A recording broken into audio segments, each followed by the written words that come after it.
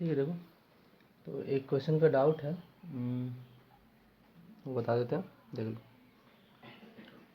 देखो क्वेश्चन क्या लिखा हुआ है, ठीक है, डाउट देख लो एक बार।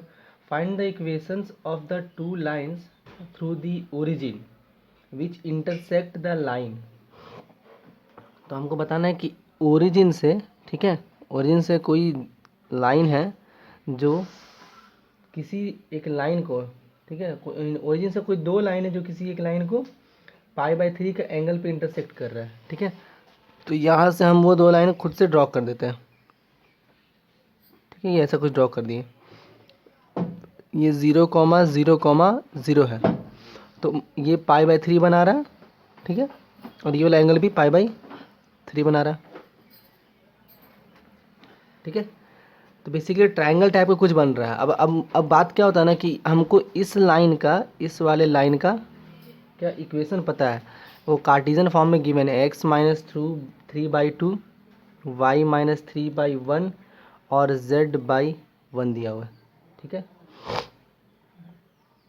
तो और बोला है ना, हाँ, तो हमको बताना है कि इस लाइन का, इन दोनों लाइन का इक्वेशन क्या होगा। तो सबसे पहले दोनों लाइन का इक्वेशन निकालने, अच्छा, दो लाइन के बीच का एंगल निकालना सीखें, ठीक है, वो अप्लाई ज़रूर करेंगे।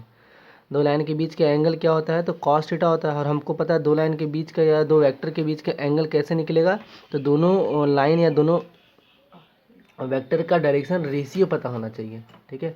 तो इस लाइन का और इस लाइन का डायरेक्शन रेशियो तुमको नहीं पता है, अभी सिर्फ एक पॉइंट पता है। अगर यहाँ पे ये पॉइंट पता चल जाए और ये पॉइंट पता चल जाए तो हम इस दो पॉइंट के हेल्प से इस लाइन का डायरेक्शन रेशियो और इस लाइन का डायरेक्शन रेशियो फाइंड कर सकते हैं। और ये जो लाइन से एंगल बना रहा है वो π/3, उसका डायरेक्शन रेशियो तो हम लोग आराम से पता है ही, वो क्या है, 2 है, 1 है, 1 है।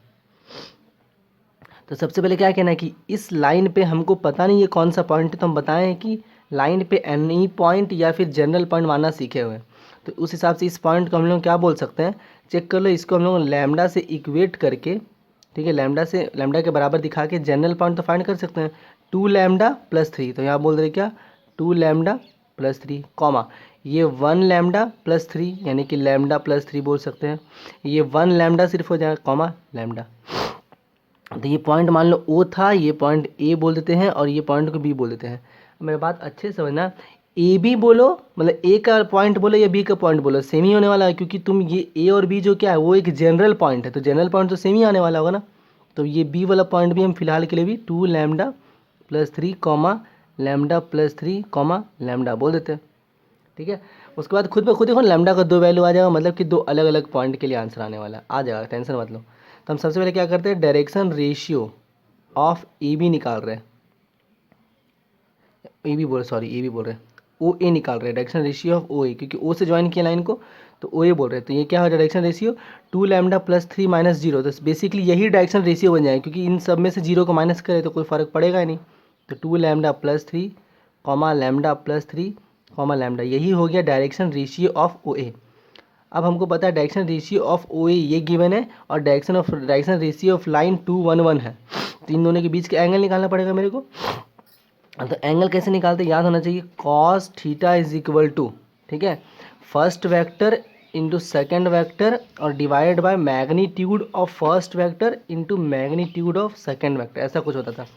तो फर्स्ट वेक्टर मतलब मान लेते हैं ये 2 1 1 है, डॉट कर रहे हैं इन दोनों के साथ, इन तीनों के साथ, तो ये वाला और इंटू 2 यानी कि 2λ+3 इंटू 2 बोल देंगे, λ+3 इंटू 1 बोल देंगे, और ये लैम्डा इंटू 1 बोल देंगे, ऐसा कुछ, डिवाइडेड बाई मैग्नीट्यूड रखेंगे किसका, फर्स्ट वाले वेक्टर का, यानी कि रूट अंडर 2 का स्क्वायर 4 1 1 6, तो √6 बोल देते हैं, इंटू अगेन रूट अंडर इस पूरे का मैग्नीट्यूड, मतलब क्या बोलेंगे आप, 2λ+3 का स्क्वायर प्लस λ+3 का स्क्वायर, और बाद में क्या लिखेंगे, प्लस लैम्डा का स्क्वायर, ठीक है। और यहाँ cos थीटा एक्चुअली में क्या होगा कि दो लाइन के बीच का एंगल π/3 दिया हुआ था, बस इसीलिए हम ये इस्तेमाल किए हैं, ठीक है, ये प्रोसेस को।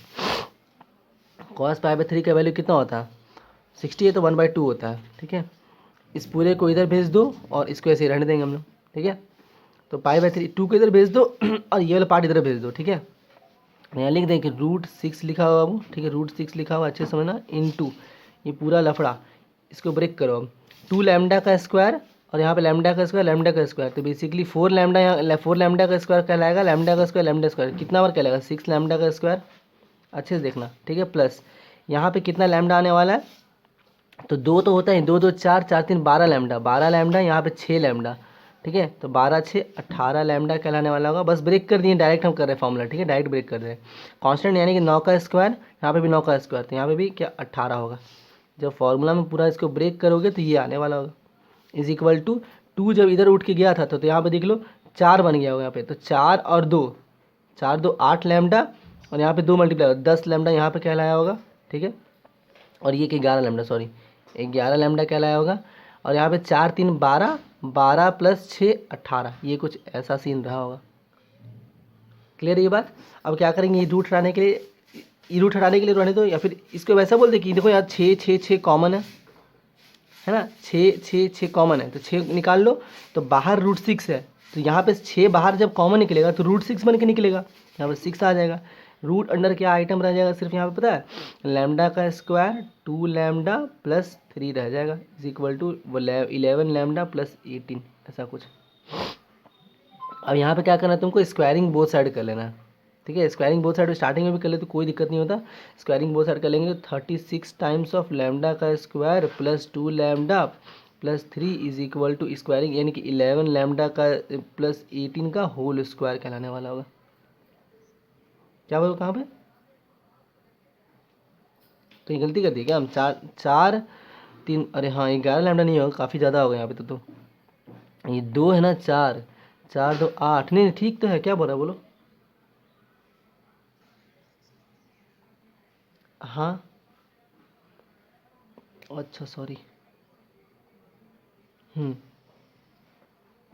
ठीक है।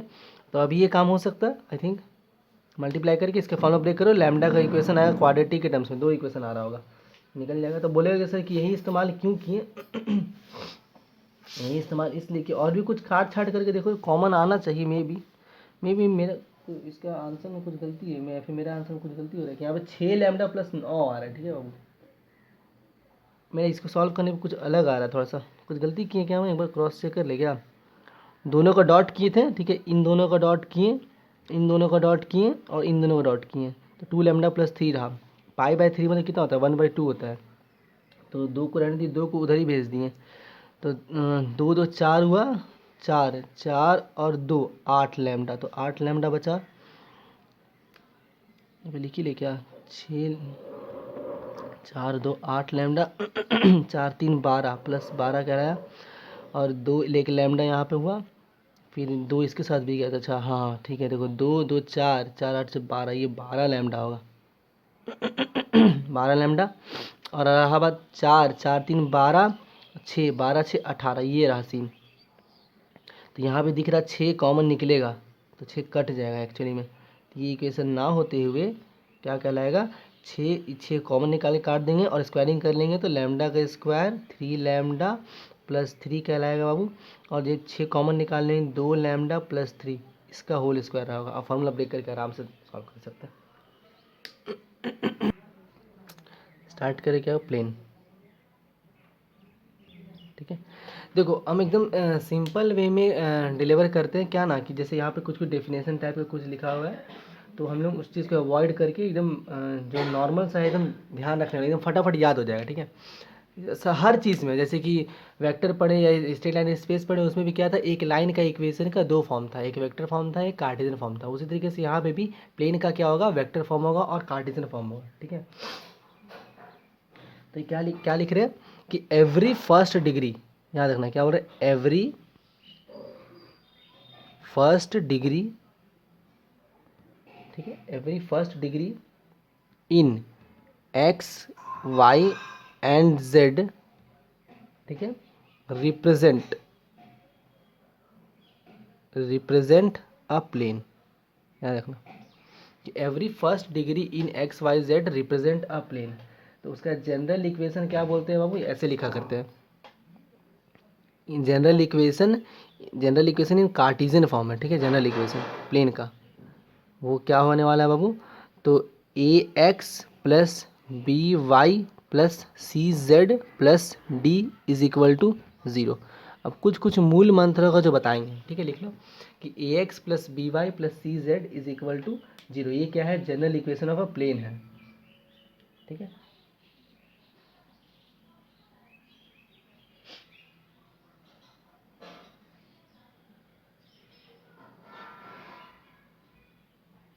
यहाँ पे लग रहा हो कि तुमको 4 अननोन टाइप के क्वांटिटी जैसे ए बी सी डी, लेकिन अब डी एक नंबर होने वाला होगा, अननोन क्वांटिटी सिर्फ तुम्हारा ए बी सी ही होने वाला है, ठीक है, याद रखना। क्या बोल रहे, ए बी सी। अब कुछ कुछ बात है, जैसे कि प्लेन का भी अपना अपना डायरेक्शन होगा, ठीक है, प्लेन का भी अपना एक डायरेक्शन होगा। तो प्लेन का डायरेक्शन कौन बताने वाला है, एक वर्ड यूज़ करेंगे, नॉर्मल बताने वाला है, ठीक है। क्या बोल रहे हैं, नॉर्मल। तो अभी हम बता देते हैं कि यहाँ पे जो ए बी और सी लिखा हुआ है, ये क्या है, डायरेक्शन रेशियो ऑफ प्लेन है। क्या है, डायरेक्शन रेशियो ऑफ प्लेन। या फिर हम इसको इन शॉर्ट ये भी बोल सकते हैं कि सर ये नॉर्मल का डायरेक्शन रेशियो लिखा हुआ है, ठीक है, ए बी और सी, ये चीज़ याद रखना। अभी क्या बोले बाबू कि प्लेन का भी डायरेक्शन होगा, और प्लेन का डायरेक्शन कौन बताने वाला होगा, उसका नॉर्मल बताने वाला। जैसे कि मान लेते हैं कि ये प्लेन है, इस प्लेन के अलॉन्ग एक नॉर्मल ऐसे निकला हुआ है, ठीक है, तो उसके डायरेक्शन किए होंगे हम लोग, मतलब कि ये ऊपर साइड निकला हुआ है, और इस प्लेन का एक और डायरेक्शन हो सकता है नीचे साइड में। तो प्लेन का दो फेस समझ में आ रहा है, दो सरफेस, ठीक है, कितना पतला भी प्लेन ले लो, उसका दो सरफेस है, एक टॉप वाला एक नीचे डाउन बॉटम वाला, ठीक है। तो टॉप वाला का डायरेक्शन ऊपर कहलाता है, ये तो नॉलेज में ही, और नीचे वाले का नीचे वाले में कहलाएगा, ठीक है। अच्छा, दीवार ही है, दीवार का देखो दो सरफेस होगा, है ना, कुछ तो विड्थ है ना उसका जी। तो एक साइड अलग सरफेस, एक साइड अलग सरफेस, तो इसका डायरेक्शन रेशियो इधर और इसका डायरेक्शन रेशियो इधर, ये चीज़ ध्यान रखना अपने को, ठीक है। तो डायरेक्शन रेशियो मतलब क्या, नॉर्मल का, नॉर्मल उसका डायरेक्शन बता रहा है। तो ये जो x का कोफिशिएंट, y का कोफिशिएंट और z का जो कोफिशिएंट होगा, वो क्या कहलाता है एक्चुअली में, वो नॉर्मल का डायरेक्शन रेशियो कहलाता है, ठीक है। तो हमको इतना भी सीखने को मिला क्या, कि हर every first degree in x y z represent a plane. और यही सीख लें क्या कि सर x का कोफिशिएंट, y का कोफिशिएंट और z का जो कोफिशिएंट होगा वो क्या कहलाएगा sir, direction ratios of normal, ठीक है। यहाँ पे लिख ले रहे हैं, यहीं पे लिख रहे हैं, डायरेक्शन रेशियोज ऑफ नॉर्मल, एकदम सिंपलेस्ट वे में होता है, जो सॉल्व करने के लिए वो बता रहे हैं। अब कुछ कुछ तरीका है, जैसे मानने का तरीका, वो चीज़ ध्यान रखना, ठीक है। देखो ये तरह जनरल इक्वेशन बता दिए, अब समझना,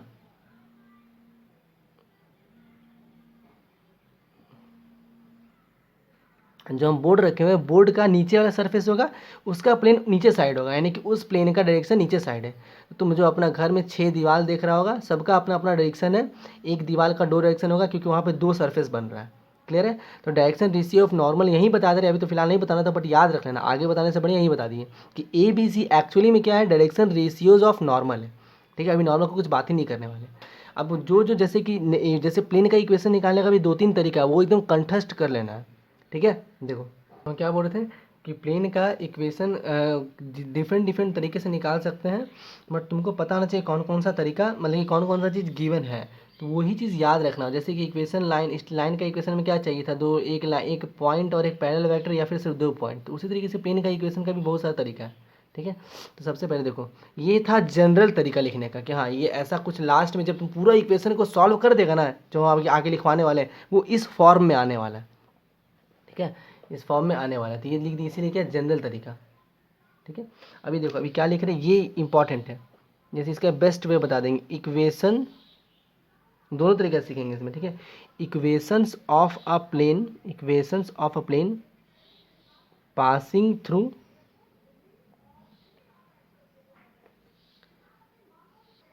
equation of plane passing through a given point, ठीक है, passing through a given point. मेरा बात अच्छे से समझना, ये बहुत इंपॉर्टेंट है, पता है बाबू, ये बहुत ज़्यादा इंपॉर्टेंट है। देखो ठीक है, कि अगर कोई इक्वेशन है प्लेन का, मतलब एक प्लेन का इक्वेशन बताना है जो किसी एक पॉइंट से पास कर जा रहा है, और वो पॉइंट बोल देते क्या, वो x1 comma y1 comma z1 ऐसा कुछ बोल दिए।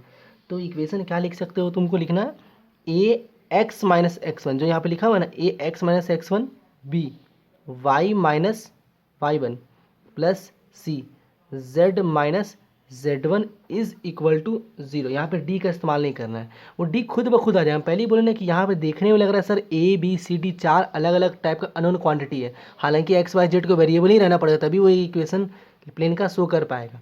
लेकिन a b c d sir यहाँ पे 4 क्वांटिटी नहीं, ए बी सी ही सिर्फ अननोन क्वांटिटी है, डी कॉन्स्टेंट खुद ब खुद आ जाता है।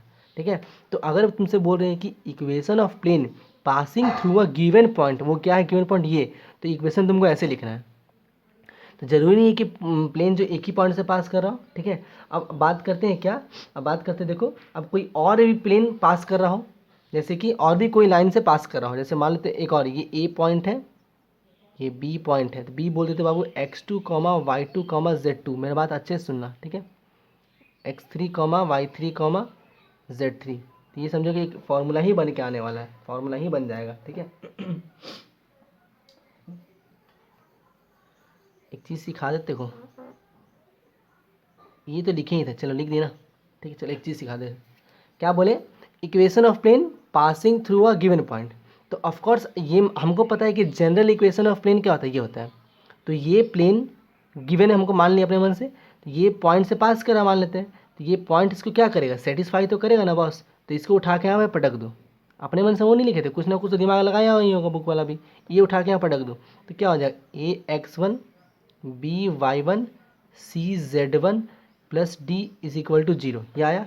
तो हम बोले ना कि डी एक अननोन क्वांटिटी है, बेसिकली नोन है, अननोन क्वांटिटी सिर्फ ए बी सी ही है, तो डी का वैल्यू देखो खुद ब खुद आ गया, क्या आ गया, minus times of a(x1) plus b(y1) plus c(z1)।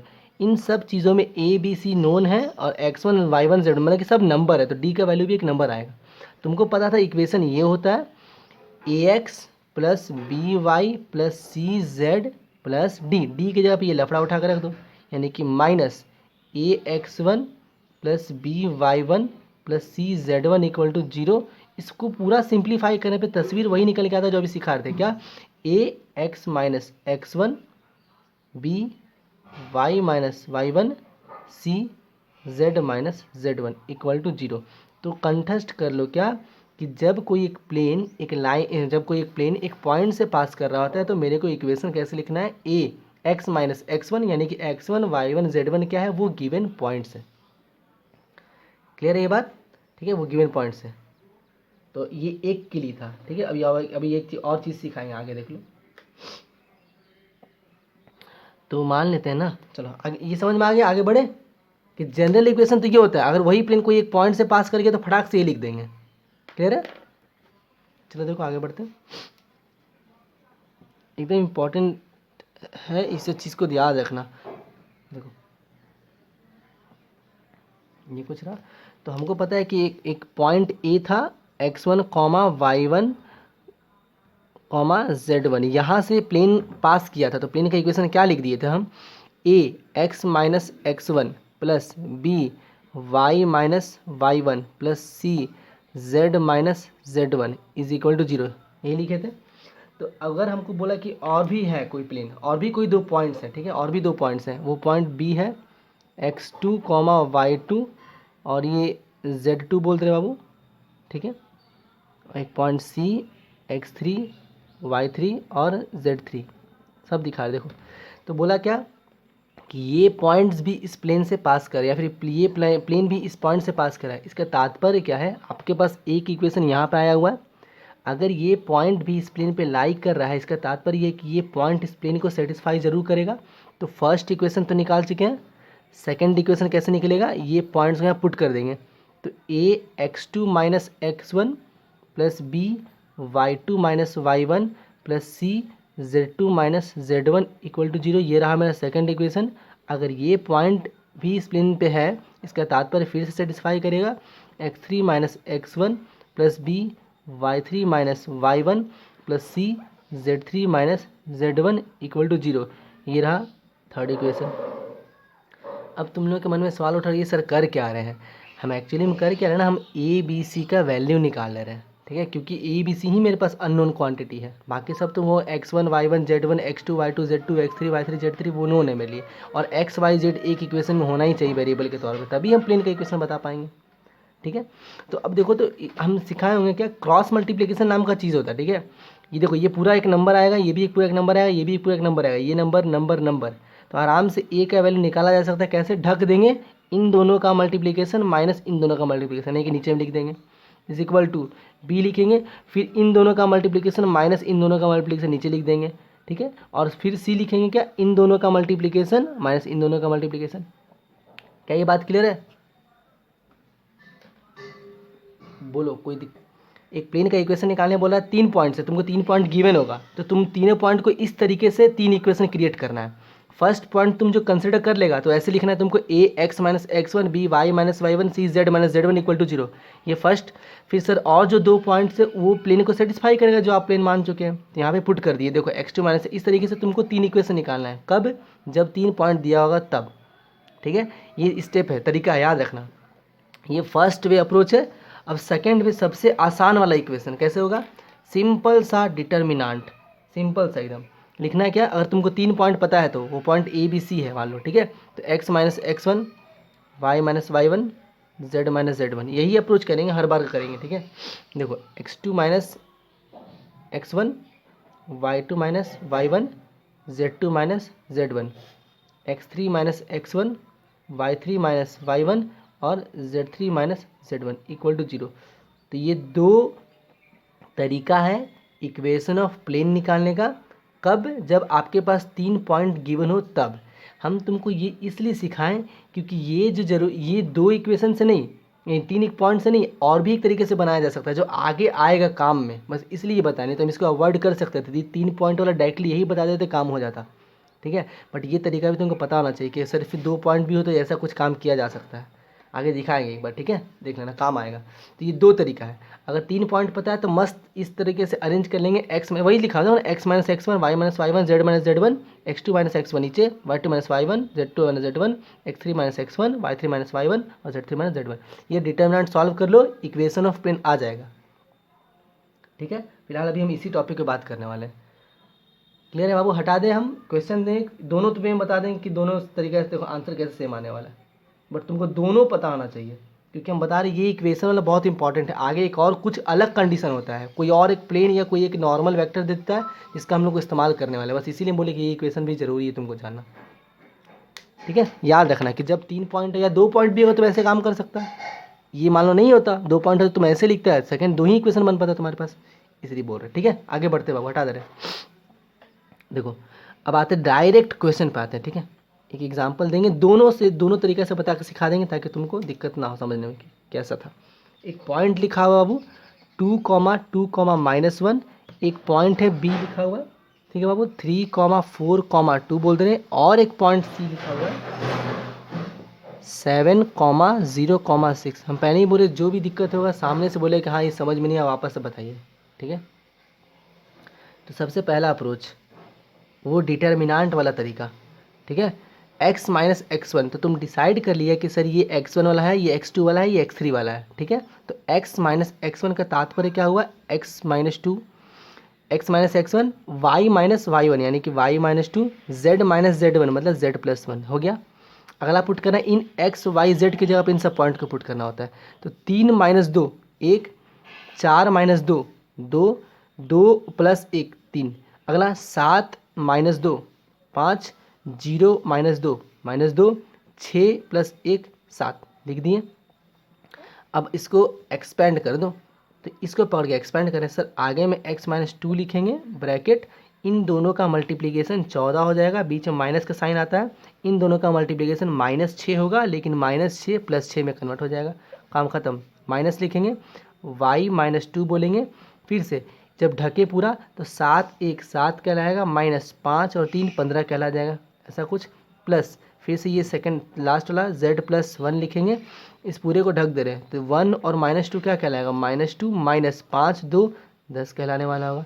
और ये किसके बराबर था, तो 0 के बराबर था, हम लोग सीखे थे।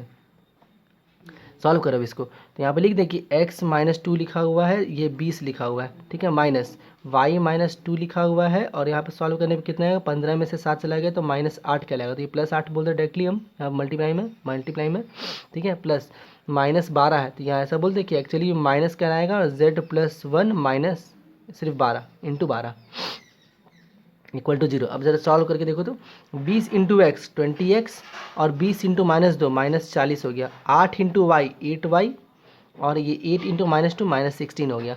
12 यानी कि -12z कहलाएगा और ये -12 इज इक्वल टू 0 कहलाएगा। तो यहाँ पे 20x कहला रहा है, 8y कहला रहा है और -12z कहला रहा है। -40 और 16 कितना हो जाएगा, -56 कहलाएगा। -56 और 12 कहलाएगा -68 इज इक्वल टू 0। जितना कॉमन निकालने का इच्छा है निकाल के रख सकते हो। 4 कटता है ये 4 से, हाँ कट जाएगा। सबसे सब में से 4 कॉमन निकलने वाला, ध्यान से देख लो एक बार। तो यहाँ पे 4 कॉमन निकालेंगे तो 5x कहलाएगा और यहाँ पे निकालेंगे तो 2y कहलाएगा, यहाँ पे निकालेंगे 3 कहलाएगा और यहाँ से 4 कॉमन निकालेंगे तो बेसिकली 1 और 2 17 कहलाएगा। ऐसा कुछ 17 17 34, हाँ। तो ये रहा इक्वेशन ऑफ प्लेन, साफ साफ दिख रहा होगा। और ये x क्या है, ये y 5 2 और -3 क्या है, तो यहाँ पे जान सकते हैं, अभी जान लो कि डायरेक्शन रेशियो ऑफ नॉर्मल है। कुछ याद करने ही बोल रहे हो, एकदम कर लो। क्या है डायरेक्शन रेशियो नॉर्मल, 5 2 -3 लिखा हुआ है। क्लियर है। इक्वेशन ऑफ प्लेन आ गया इन कार्टेशियन फॉर्म। अभी सिर्फ हम लोग कार्टेशियन फॉर्म में ही बात करें, आगे आएगा तो हम लोग वेक्टर फॉर्म में भी बात करेंगे। इक्वेशन क्या है बाबू, 5x + 2y - 3z और ये -17 इज इक्वल टू 0। ये मेरा इक्वेशन आया बाय यूजिंग डिटर्मिनेंट मेथड। ठीक है, अब देखो क्रॉस चेक करते हैं। हम पहले ही बोले कि वो इक्वेशन भी ज़रूरी है, इसीलिए देखो पूरा हटा दिए। जो पहला लिखवाए थे, इक्वेशन लिखने का तरीका क्या था, ऐसा कुछ था कि अपने मन से नॉर्मल का हमको रेशियो नहीं पता होता, इसलिए हम खुद से ए बोल देते थे। ए x - x1 यानी कि x - 2 plus B y - y1 यानी कि y - 2 c z minus of +1 ऐसा कुछ इक्वल टू 0। ये रहा मेरा फर्स्ट इक्वेशन। सेकंड इक्वेशन क्या होगा, तो 3 को पुट कर दो यहाँ पे। 3 - 2 1 यानी कि a कहलाएगा सिर्फ। 4 - 2 यानी कि 2b कहलाएगा और 2 यहाँ पे क्या कहलाएगा, 3c कहलाएगा plus 3c is equal to 0। ये रहा मेरा सेकंड इक्वेशन बाबू। ठीक है, सी पे आते हैं, सेकंड थर्ड पॉइंट पे। 7 पुट कर देंगे तो 5 कहलाएगा, तो 5a 0 पुट कर दिए -2b 6 पुट कर दिए तो 7, तो plus 7c is equal to 0। ये रहा मेरा थर्ड इक्वेशन। ये मेरा इंपॉर्टेंट, यही जनरल इक्वेशन है, मतलब कि इसको हमको यहीं से निकालना है, यही इक्वेशन आने वाला है। अब इन दोनों को सॉल्व करेंगे बाय यूजिंग क्रॉस मल्टीप्लिकेशन। ठीक है, क्रॉस मल्टीप्लिकेशन तो क्या करना है, तरीका क्या है कि ए को ढक देते हैं, पूरा ढक दो, तो बी अब जो पूरा दिखेगा मल्टीप्लाई करना है। जैसे डिटरमिनेंट सॉल्व करते हो वैसे ही 60 × 2 14 माइनस, तो 2 3 6 कहलाएगा -6, लेकिन बीच में माइनस आता है लेकिन -6 हो जाएगा तो +6 कहलाएगा। काम खत्म, अच्छे से सीख लो। बी हमको पता है बी वाले में नेगेटिव हो जाते हैं, इसको उल्टा मल्टीप्लाई करना। ठीक है, जैसे ऐसे मल्टीप्लाई ना करके इधर से मल्टीप्लाई करेंगे, तो 5 3 15 माइनस 1 और 7 7 कहलाने वाला होगा। बात क्लियर है। ठीक है, इज इक्वल टू जेड वाले को रखें, जेड वाले को रखें यानी कि जेड सॉरी सी वाले को रखो बाबू, सी को ढक दो तो -2। ठीक है, और इन दोनों का मल्टीप्लिकेशन -10। ठीक है, सॉल्व करो। a बाई 20 आ रहा, b बाई 8 आ रहा और c बाई -12 आ रहा है। तो ये आ गया, ये रेशियोज है। ठीक है, आपस में बराबर, तो हम कुछ देर के लिए क्या किया, इसको लैम्डा से इक्वेट कर दिए। तो साफ साफ देखो, a का वैल्यू 20 लैम्डा, b का वैल्यू 8 लैम्डा, c का वैल्यू -12 लैम्डा। तो a b c लैम्डा के टर्म्स में आ गया। अब इन्हीं वैल्यूज़ को ले जाके यहाँ पे भर दो फर्स्ट वाले में। तो लिख देना putting values of a b c in equation 1। तो पुट कर दो यहाँ पे। जब तुम यहाँ पे पुट किया तो कितना लिखेगा, 20 लैम्डा x - 2 प्लस b की जगह पे क्या लिखोगे बाबू, 8 लैम्डा y - 2 और z की जगह पे -12 lambda z + 1 is equal to 0 होने वाला है। हमको दिख रहा है लैम्डा लैम्डा लैम्डा कॉमन है, कॉमन निकाल के घर भेज दे 0 की तरफ, ख़त्म कहानी। तो 20 × x 20x -40 8y -16 -12z -12 equal to 0। Check कर लो एक बार, 20 है ना, तो ये 20x + 8y -12z -40 -12 सॉरी -40 और सॉल्व करें कितना, -12 28 है ना, तो -68 कहलाने वाला होगा इक्वल टू 0। सेम कॉमन निकालेंगे 4 फिर से, तो 5x 2y -3z -17 equal to 0। क्या ये इस इक्वेशन और इस इक्वेशन में फ़र्क है, चेक कर लो एक बार। अब जो सही लगा हो, लेकिन ये इक्वेशन का हम आगे इस्तेमाल करेंगे, बस इसीलिए बताएं कि ये वे भी अप्रोच कर सकते हैं हम लोग। चलो इसी में अच्छा अगर हम तुमको बोलते हैं, देखो हम बताते हैं यहीं पे लेता कि अच्छा हम लोग पहले सीखे हुए ना कि 4 पॉइंट को प्लेनर कैसे होता है, बता सकते हैं कोई दोनों में से जितना भी है भाई? अगर 4 पॉइंट को प्लेनरिटी जानना है तो कैसे होगा, बता सकते हो?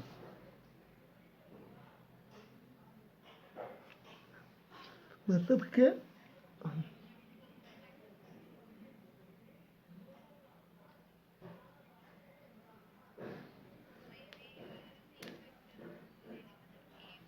हाँ हाँ सही बोल रहे, बोलो बोलो, ए बी सी है। हाँ, a b vector, a c vector और a d vector equal to zero नहीं करेंगे, इसका स्केलर ट्रिपल कर देते ना बाबू। ठीक है, याद रखना, समझा कि 4 पॉइंट है तो 3 वेक्टर निकाल के उसका स्केलर ट्रिपल जीरो दिखा देंगे। क्लियर? ये तो हो गया को प्लेनरिटी तरीका 4 पॉइंट का।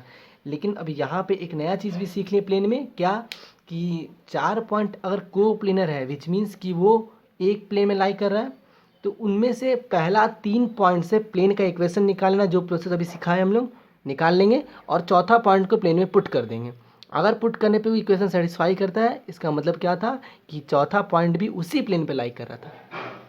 क्या ये आसान तरीका नहीं है? कंप्लीट करते हैं, दिक्कत नहीं समझने में इस टॉपिक में। टॉपिक क्या सीखेंगे? Cartesian equation of plane when 3 points are given. ठीक है, जनरल इक्वेशन ऑफ प्लेन क्या होता है सर? तो a x plus b y plus c z plus d equal to zero होता है। ठीक है, ए बी सी है, यानी कि ये क्या है? डायरेक्शन रेशियोज ऑफ नॉर्मल, जो हम खुद से माने, हमको यही फाइंड करना है, इंपॉर्टेंट ये वाला पार्ट। ठीक है, तो ये हम जनरल इक्वेशन क्या मान सकते हैं प्लेन का? A x plus b y plus c z plus d is equal to zero. Complete. और इक्वेशन अगर मान लेते हैं सर 3 पॉइंट दिया हुआ है तो 2 तरीके से निकाल सकते हैं हम लोग। A x minus x one plus b y minus y one plus c z minus z one, ये मेरा तरीका रहा फर्स्ट, कि अगर एक पॉइंट पता है तो प्लेन का इक्वेशन ये होगा। फिर जो और गिवन 2 पॉइंट्स है उसको प्लेन में पुट करेंगे तो 2 और इक्वेशन आएगा in terms of a b c. By using cross multiplication हम लोग ए बी सी का वैल्यू लैम्डा के टर्म्स में निकाल के मेन इक्वेशन में पुट कर देंगे, जो भी हम लोग काम किए यहाँ पे।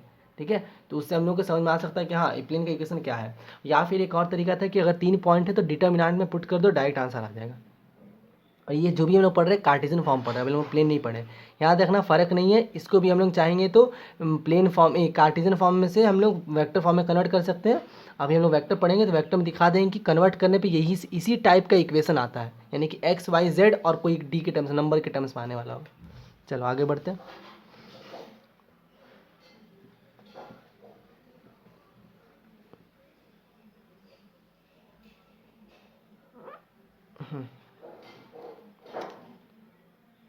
ठीक है, अभी टॉपिक क्या है? Intercept form of a line. Intercept form, ठीक है, कि plane intercept form, intercept form of a plane, intercept form of a plane.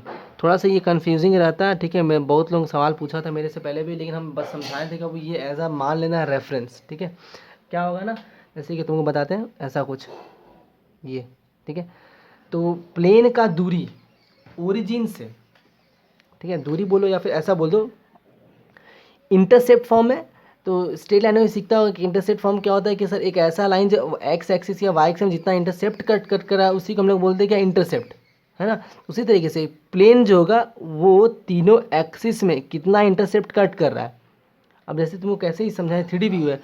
जैसे कि तुम बोल सकते हो तुम्हारा एक दीवार का कॉर्नर देखो जहाँ पे 3 चीज़ मिल रहा होगा, यानी कि दो सामने वाला वॉल और एक नीचे वाला फ्लोर, तो 3 चीज़ मिल रहा, 3 एक्सिस मिल रहा होगा वहाँ पे कॉर्नर पे। वहाँ पे एक चादर को या फिर कोई एक कूट को ऐसे जाके लगाना, देखना कहीं पे वो एक्स में भी कट कर रहा है, वाई में भी कट कर रहा है, जेड में भी कट कर रहा है। तो जेड में कुछ दूरी में, एक्स में कुछ दूरी में, वाई में कुछ दूरी में, तो ये जो डिस्टेंस यहाँ से यहाँ तक बोल रहे ना, ये पार्ट को, इसी को बोल रहे क्या? Intercept form.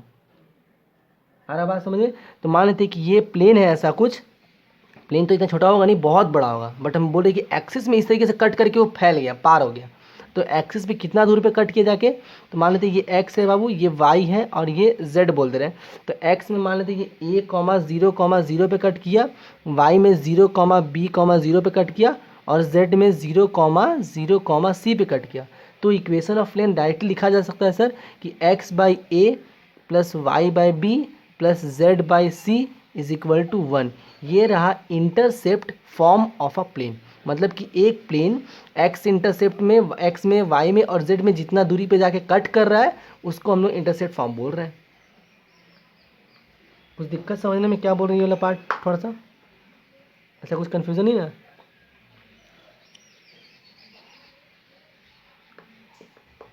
थोड़ा सा मे भी हो सकता है, हम खुद बोल रहे हैं, बट इस ये थोड़ा सामने होता है तो ज़्यादा अच्छा समझ में आता है। ठीक है बाबू, हम बोलते हैं अभी भी बोल रहे हैं कि वॉल का कॉर्नर कोई एक पॉइंट देखो, ज़मीन जो फ्लोर होगा, दो दो वॉल सामने टच करा होगा तो देखो, तो ओरिजिन वहाँ बन रहा होगा, तुम्हें कूट को जाके लगाना, देखना वहाँ पे कि एक्स पे वाई पे कुछ ना दूरी पे कट कर रहा है, बस इतना ध्यान रखो ना कि एक प्लेन जो होगा एक्स एक्सिस से वाई एक्सिस पे और जेड एक्सिस पे जहाँ पे कट कर रहा है उसी दूरी को हम लोग क्या बोल रहे हैं, इंटरसेप्ट बोल रहे हैं। और प्लेन का इक्वेशन डायरेक्टली लिख सकते हैं इंटरसेप्ट फॉर्म में।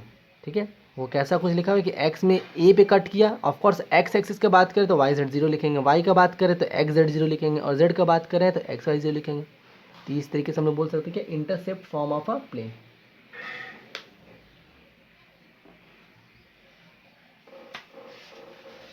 क्लियर है ये बात?